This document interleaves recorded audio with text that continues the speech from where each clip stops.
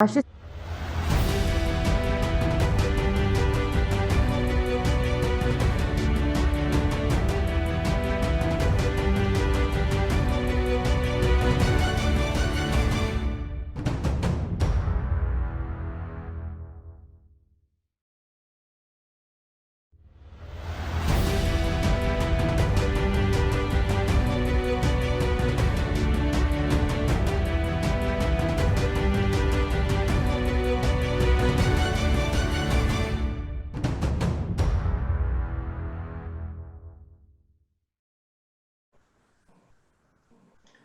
Olá pessoal, sou o Guilherme Correia, eu faço parte do time de análise de fundos da plataforma da XP. Sejam muito bem-vindos a mais um painel da Expert 2021. E hoje a gente vai falar sobre os setores da Bolsa ganhadores com a retomada da economia. E aqui comigo para trazer suas perspectivas para o debate, temos gestores de 3 casas especializadas em renda variável.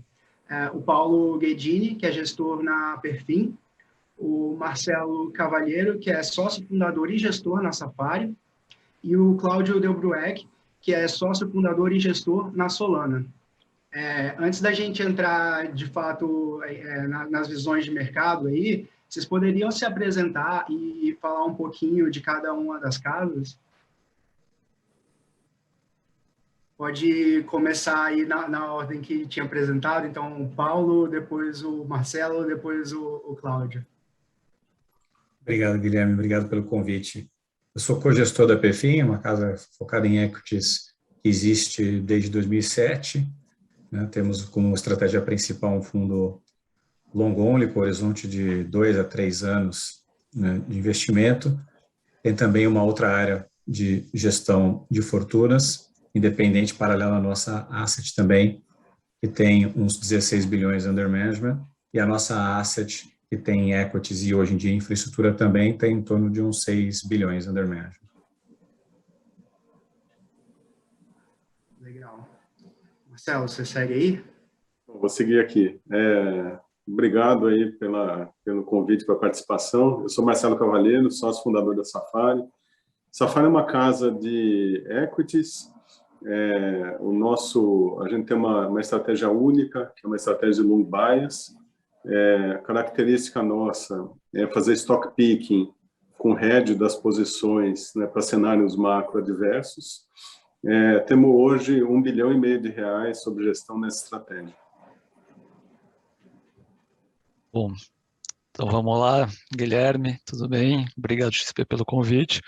A Solana é uma casa que vai fazer 8 anos daqui a pouco. A gente gere aproximadamente R$1,5 bilhão, com um time bastante sênior, muito disciplinada na parte de risco, de processo de investimento.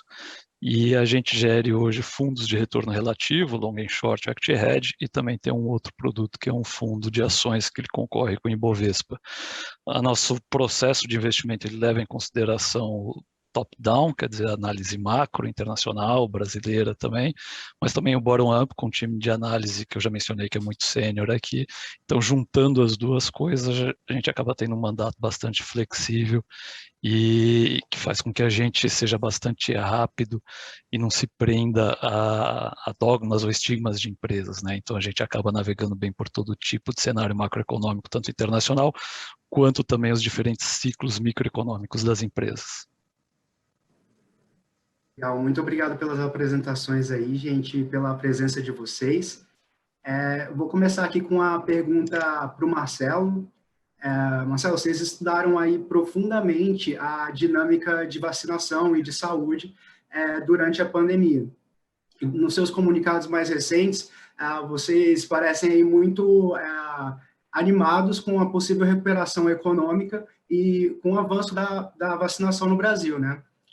Quais são os setores ou os papéis que vocês acreditam que estão melhores posicionados para poder ganhar com essa retomada? E quais são os possíveis riscos de curto prazo que vocês veem? Tá, vamos lá. Muito boa pergunta, Guilherme. Acho que, assim, de fato, a gente mapeou bastante bem isso, até porque acho que era o negócio mais relevante para os mercados, era saber o que ia acontecer, né, com o Covid no Brasil. e velocidade de vacinação é um negócio que importava demais e vinha muito lenta no começo, todos se lembram. Acho que a gente fez um catch-up enorme nos últimos 2 meses, principalmente, foi muito rápido o avanço da vacinação no Brasil, e a gente já começa a ver os resultados disso, né? Mas, assim, quais foram os problemas, né? Os problemas foram que a gente tinha uma expectativa, né, de reabertura um pouco mais cedo, e por isso é que a gente está achando que agora, sim, você tem toda a condição para ter uma reabertura. E, assim, pelo que todo mundo tem visto de pessoas em restaurantes, na rua, em bares, se a pandemia, né, os casos, né, não explodiram, e podem ter casos, mas hospitalizações ainda estão muito baixas. A gente vai, provavelmente, passar daqui para melhor, né? Então, quer dizer, a gente vai andar, assim, num caminho muito mais positivo para o mercado do que a gente vinha até então. Em relação ao que eu acho que tem condição de performar melhor daqui para frente, assim, é uma pergunta, ela é complicada e simples ao mesmo tempo, porque acho que são os setores que mais sofreram, né, e são aqueles que ficaram mais tempo fechados, né, em geral, são varejos, né, offline, de característica offline, né, em geral, varejo de vestuário, é onde nós estamos otimistas, tá? Então, gostamos de Renner, gostamos de Soma, gostamos de Centauro, porque tem coisa que não se compra online, não adianta, né? Não é um celular que você vê toda a especificação e compra, tanto faz se você foi na loja ver ou não. Uma roupa é diferente, e até diferente de um sapato. O sapato é muito mais simples do que uma roupa, né? Ou um tênis. Então, a roupa, sim, em geral, né, a mulher, que é o maior consumidor de roupas, né, mesmo comprando para maridos, enfim, elas vão na loja, vão ver o toque, ver como é que fica, se é roupa para ela, vai experimentar. Então, você tem uma característica desse varejo que ele só tem assim, vendas elevadas quando a pessoa pode ir na loja. E a gente já tem visto, né, os shoppings têm reportado movimentos muito fortes nas lojas já recentemente. Então, esse acho que é um negócio bem relevante do nosso lado. Outra coisa que eu acho que é muito relevante, vai ter um catch-up enorme aí daqui para frente, é turismo. E esses dois, né, tanto o varejo de vestuário, principalmente, como o turismo, fraquejaram muito no curto prazo, né?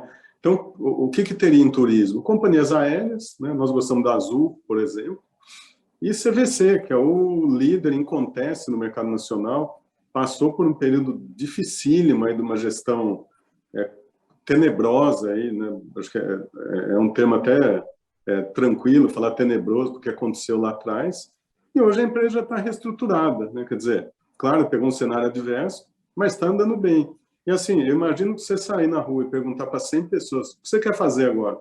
Bom, eu quero viajar, eu quero sair de casa, quero fazer alguma coisa fora de casa. Eu fiquei 1 ano e meio dentro de casa.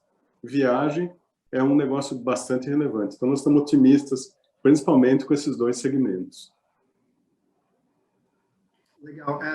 Nesse tema de viagens também, você acha que empresas como Localiza também tendem a se beneficiar? Eu acho que sim, em parte, Localiza e todas as locadoras de veículos têm um problema grande agora com falta de veículos, né? Quer dizer, por conta do problema com chips, você não tem entrega de veículos.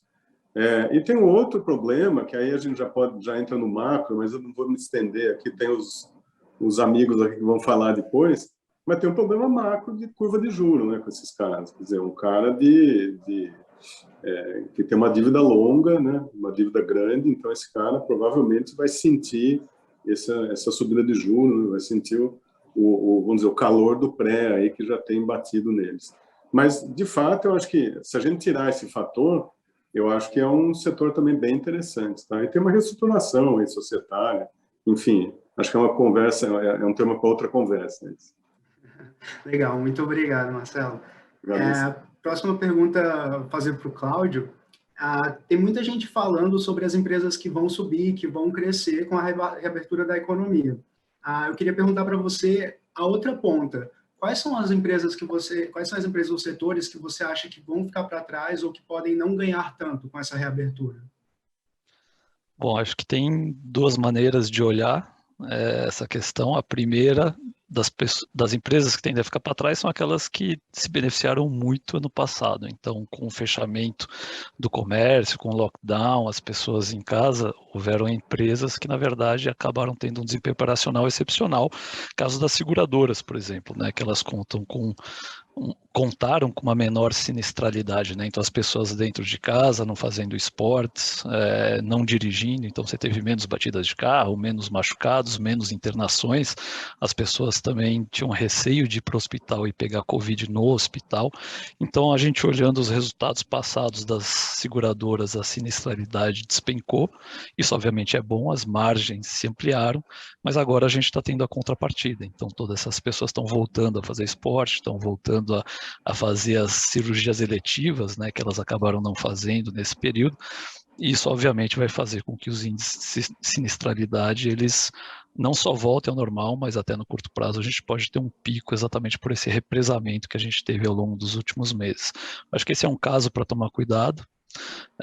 Outro caso clássico seria o comércio eletrônico, né, que talvez tenha sido o mais beneficiado ao longo do ano passado, porque as pessoas que consumiam no mercado físico de supermercado, de shopping center, de lojas, que nem o Marcelo mencionou, elas deixaram de consumir e acabaram comprando muito online, então você acabou antecipando uma migração que já era esperado, na verdade, né, ao longo do tempo, do comércio físico para o online, mas isso foi muito antecipado ano passado. À medida que o comércio físico reabre, você vai ter a volta desses consumidores para o comércio físico. Não que o comércio eletrônico necessariamente vá ter quedas nas vendas, porque isso é uma tendência secular, né? Você migrar do físico para o eletrônico. Então, a gente continua achando que eles vão continuar crescendo, mas numa taxa de crescimento menor do que seria se a gente não tivesse tido a pandemia. Então, no relativo, você tem um benefício talvez maior de tudo que é comércio físico do que o comércio eletrônico.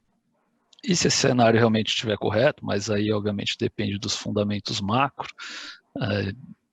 o fundamento fiscal, o fundamento político, mas se o país se efetivamente reabrindo, o consumo voltando ao normal, você tende a ter um desempenho positivo para a Bolsa, e os setores de maior elasticidade costumam performar melhor. Então, né, o consumo discricionário, que a gente fala, que é exatamente o setor que o Marcelo mencionou, tende a ser um beneficiário. Aqueles setores que são mais defensivos, que têm um beta menor que a gente fala, né, que na verdade é uma inelasticidade maior à economia, estes tendem a ficar para trás também se essa premissa macro for verdadeira, né? Então, setores como saúde, telecom, às vezes até o setor elétrico pode não ser tão atrativo, mas aí já depende de outros fatores que eu mencionei e não necessariamente vai ser uma verdade, até porque a gente vai ter um cenário político complexo, ao que tudo indica, no ano que vem.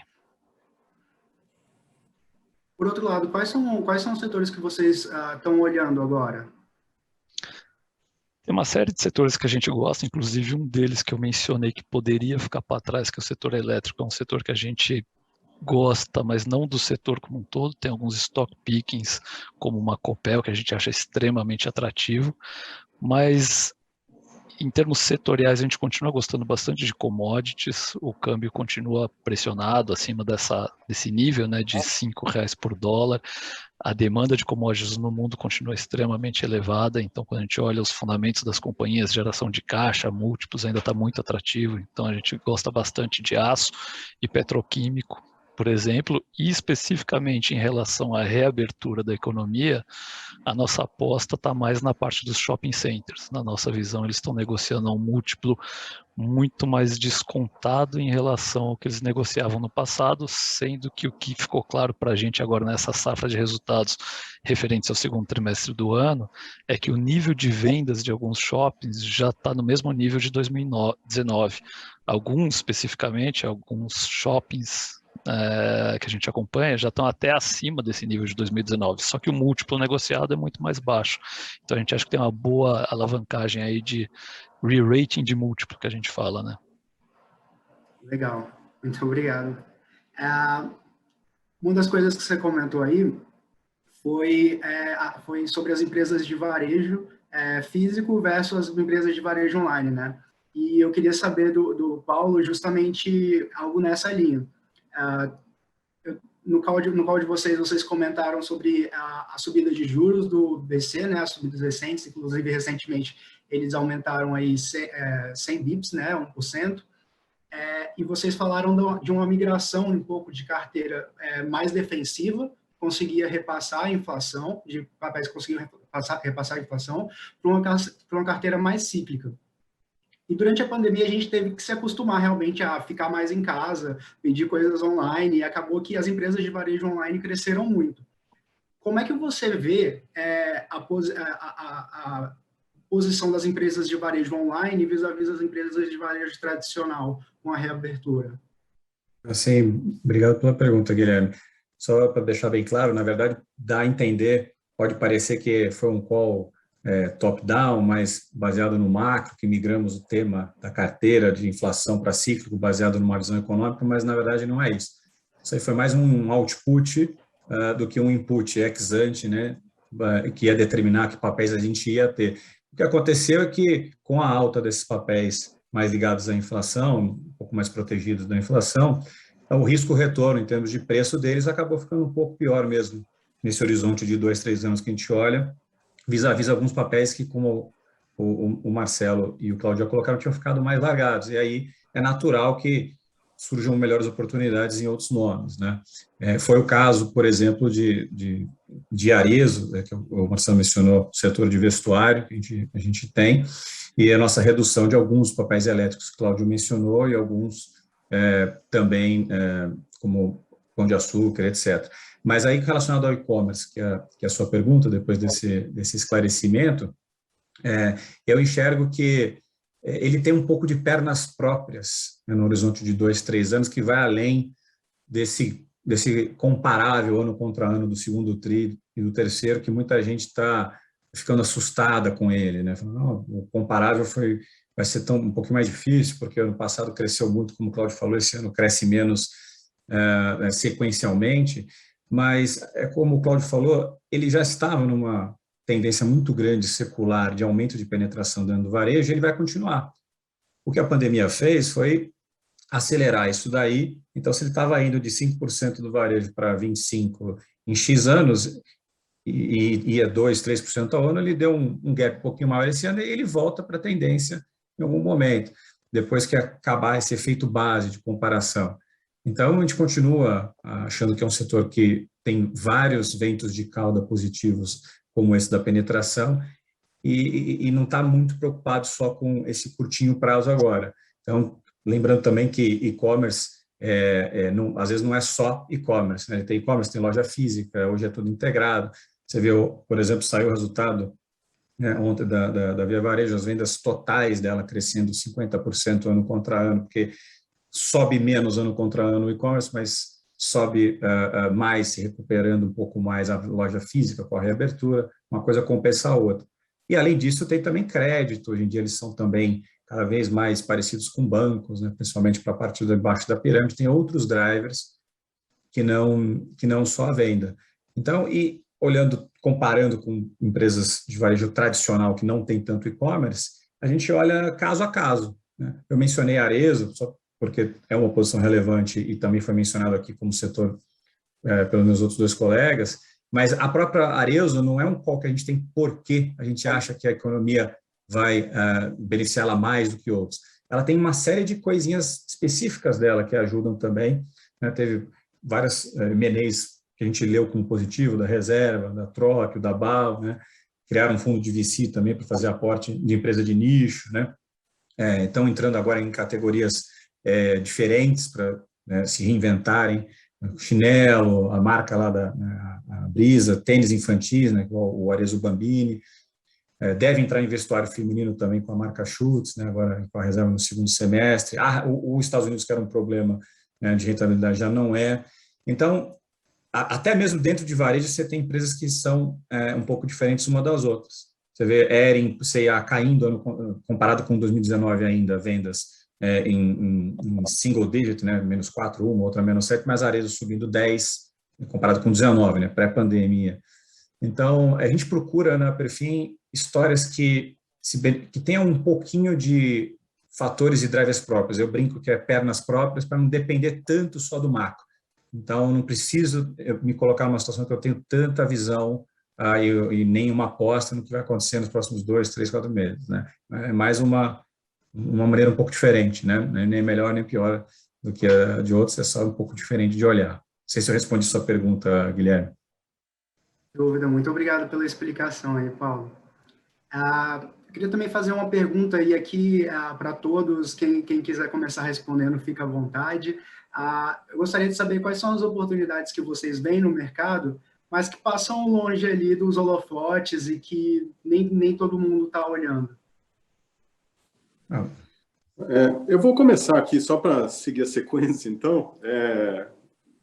Eu acho o seguinte, acho que tem algumas das que eu falei, e assim, acho que tem uma posição que eu acho que é interessante, por exemplo, Some Hering, né? Eu vi que o mercado torceu o nariz aí quando saiu, né? Muita gente vendeu.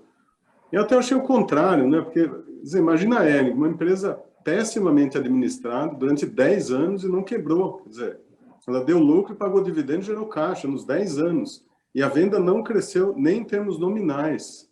Então, assim, é um mega negócio, né? Então, assim, se aportar gestão ali, que eu acho que o Grupo Soma tem capacidade, vai ser um negócio incrível. Então, acho que esse negócio ficou meio esquecido. Vamos ver daqui para frente.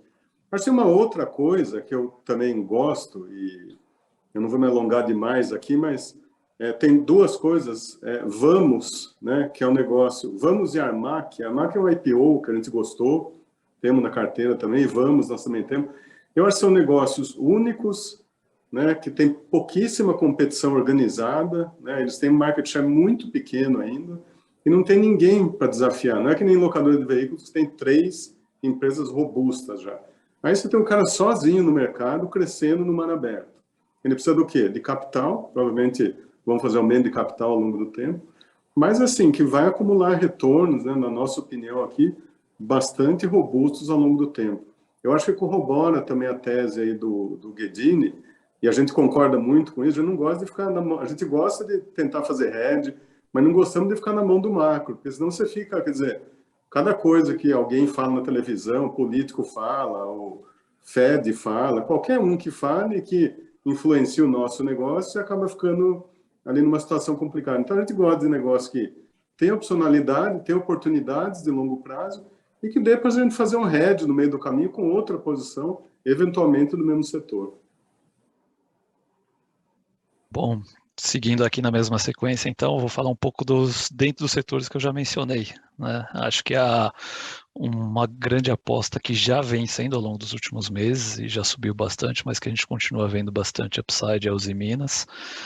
Nas nossas contas, ela está negociando entre 1,5 a 2 EV/EBITDA 2022, então é um patamar extremamente barato, bem mais barato do que o consenso do mercado, quando a gente olha a Bloomberg, bem mais barato que o histórico da empresa, com o Free Cash Flow Yield projetado para o ano que vem, segundo os nossos números, de 30%. Então, a geração de caixa boçal para a companhia, que historicamente sempre trabalhou alavancada, e ela já está virando caixa positivo. Então, além de tudo, você nem tem todo o carrego da dívida na companhia. Então, essa é uma história que acho que o mercado ainda está atrasado, e você tem uma dinâmica chinesa também favorável, preocupada com o meio ambiente, vai ter Jogos Olímpicos no começo do ano que vem, então eles não querem poluir mais e estão até retraindo na parte de produção de aço, que dá mais segurança ainda nessa parte de preços.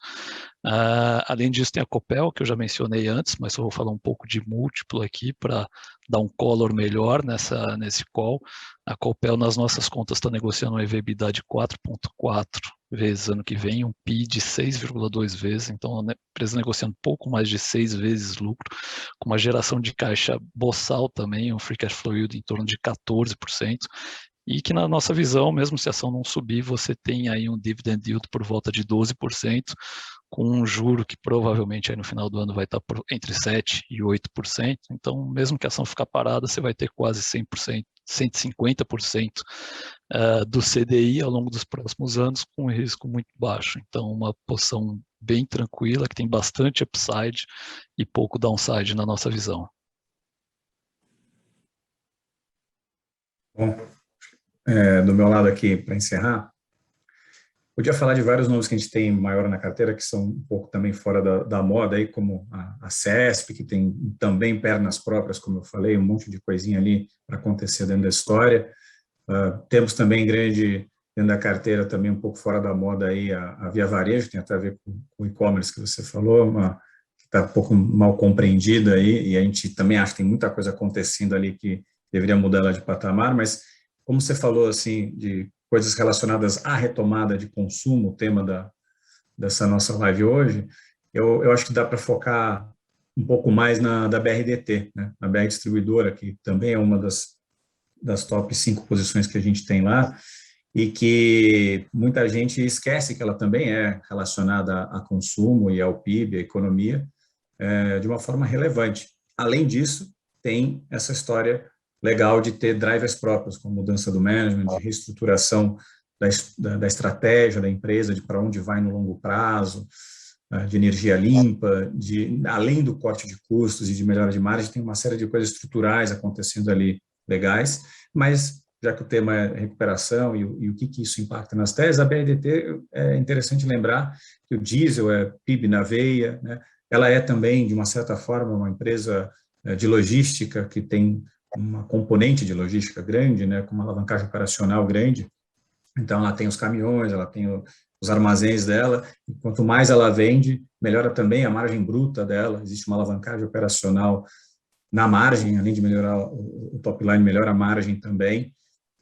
E ela está passando por um momento interessante da reestruturação dela, com melhoras em vários aspectos dos financial statements dela. Tem para entregar, provavelmente agora já a partir de julho do terceiro tri, que será, eu acredito, um resultado assim, histórico, recorde. Já foi muito bom o resultado do primeiro tri e do segundo, comparado com 2019, já em patamares de volume similar e a partir de julho crescendo. Então, é uma história para ficar de olho também aí. Guilherme, também está fora do radar dentro da sua pergunta aí, além da CESP e da Via Varejo que eu falei. De fato, tem muitas oportunidades aí ainda. As empresas que ficaram para trás ainda têm muito que crescer e com essa reabertura elas tendem a ganhar bastante. A gente ainda tem um tempinho aqui, vocês querem fazer aí suas considerações finais, cada um falar mais um pouquinho é isso. Você pode começar aí, Marcelo. Eu começo, vou falar 1 minuto aqui para não tirar o tempo de ninguém. Então, hora que der 2 minutos eu paro aqui, um pouco mais de 2. Eu acho o seguinte, assim, o que nós gostamos aqui, né? Acho que só para fazer um fecho do nosso lado. Eu gosto de carregar a posição de longo prazo. Eu faço isso há 30 anos, entrei em 89 no mercado, quando ninguém pensava em ir para a Bolsa, porque era o que ganhava mal, era o cara de Bolsa, né? Eu fui para lá e tentar aprender um pouco, né? Mas desde então, assim, acho que tem a oportunidade que nós temos hoje comprar empresas boas, né? O Brasil, de alguma maneira, vai andar, né, de um jeito ou do outro. Então, comprar essas empresas, né, algumas em turnaround, a gente gosta muito disso, de empresa que está fazendo transformação. O Guedini falou de Arezzo, nós tivemos Arezzo, gostamos muito da empresa também. E olhando sempre o cenário macro, a gente gosta de olhar isso, porque acha que assim, o fiscal faz muita diferença, né? Tem taper nos Estados Unidos, quer dizer, você começa a tirar estímulos da economia um pouco mais à frente. Como é que o Brasil se comporta lá, se tiver com o fiscal desarranjado? Então, é tudo isso que nós vamos olhar ano que vem, mas para poder carregar essas posições que nós gostamos.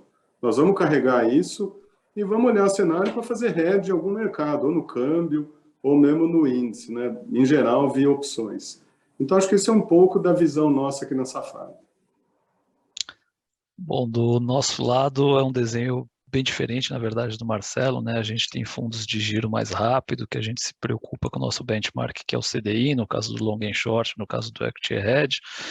E então a gente procura realmente aproveitar esse ciclo que as empresas às vezes performam melhor, que nem no ano passado a gente teve as empresas de varejo, a gente teve posicionado inclusive nas seguradoras, que eu mencionei que tendem a ter um impacto mais negativo esse ano, mas no ano passado, que foi um impacto bastante positivo, a gente estava posicionado.